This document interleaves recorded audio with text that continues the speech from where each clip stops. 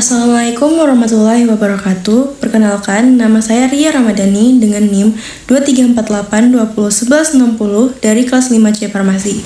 Pada kesempatan kali ini, saya akan memaparkan materi tentang alkaloid, glikosida, dan saponin. Yang pertama ada alkaloid. Alkaloid merupakan senyawa metabolit sekunder yang umumnya berasal dari tumbuhan dan memiliki ciri khas berupa kandungan atom nitrogen di dalam strukturnya. Keberadaan atom nitrogen ini menyebabkan alkaloid bersifat basa dan mampu membentuk garam bila bereaksi dengan asam. Alkaloid dikenal luas karena aktivitas farmakologinya yang kuat, sehingga banyak dimanfaatkan sebagai bahan obat, meskipun dalam dosis tertentu dapat bersifat toksik. Sifat alkaloid sangat dipengaruhi oleh struktur kimianya.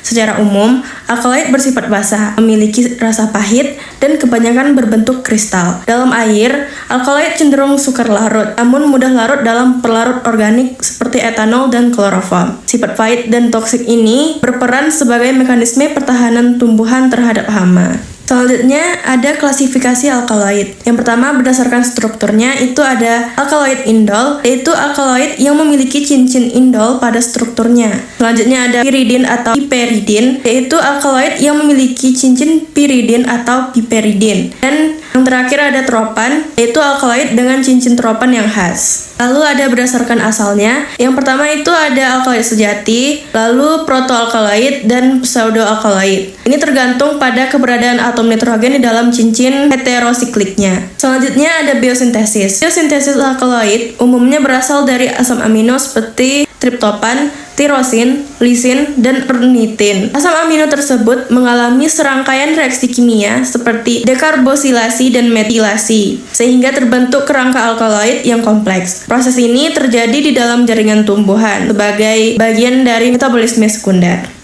Yang kedua ada glikosida. Glikosida adalah senyawa metabolit sekunder yang tersusun atas dua bagian utama, yaitu glikon atau bagian gula dan aglikon, yaitu bagian non-gula. Kedua bagian ini dihubungkan oleh ikatan glikosidik. Aktivitas biologis glikosida terutama ditentukan oleh struktur aglikonnya, sedangkan glikon berperan meningkatkan kelarutan senyawa tersebut dalam air. Secara umum, glikosida bersifat mudah larut dalam air, tidak mudah menguap, dan relatif stabil dalam kondisi kering. Namun, glikosida dapat terhidrolisis menjadi glikon dan aglikon apabila terkena asam, basa, atau enzim tertentu. Sifat inilah yang membuat glikosida mudah terurai di dalam tubuh.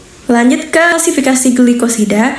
Yang pertama ada berdasarkan aglikonnya, yaitu ada glikosida jantung, glikosida flavonoid, dan glikosida anthraquinone. Selanjutnya ada berdasarkan jenis ikatan antara glikon dan aglikon, itu ada O-glikosida, yaitu glikon dan aglikon dihubungkan oleh atom oksigen. Yang kedua ada N-glikosida, yaitu glikon dan aglikon dihubungkan oleh atom nitrogen. Dan yang terakhir ada S-glikosida, yaitu glikon dan aglikon dihubungkan oleh atom sulfur. Selanjutnya biosintesis.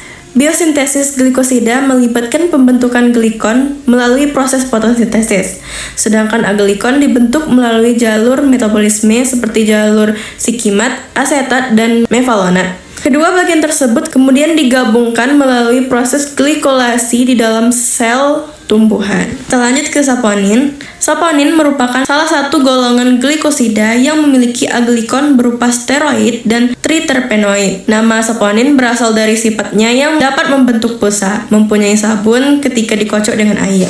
Saponin bersifat pahit, dapat membentuk busa stabil, serta memiliki kemampuan menyebabkan hemolisis sel darah merah. Selain itu, saponin umumnya larut dalam air dan alkohol, sehingga mudah diekstraksi. Selanjutnya ada klasifikasi saponin. Berdasarkan struktur aglikonnya, saponin dibagi menjadi saponin steroid dan saponin triterpenoid. Perbedaan struktur ini mempengaruhi aktivitas biologis dan pemanfaatannya. Selanjutnya biosintesis. Biosintesis saponin berlangsung melalui jalur mevalonat yang menghasilkan kerangka triterpenoid atau steroid.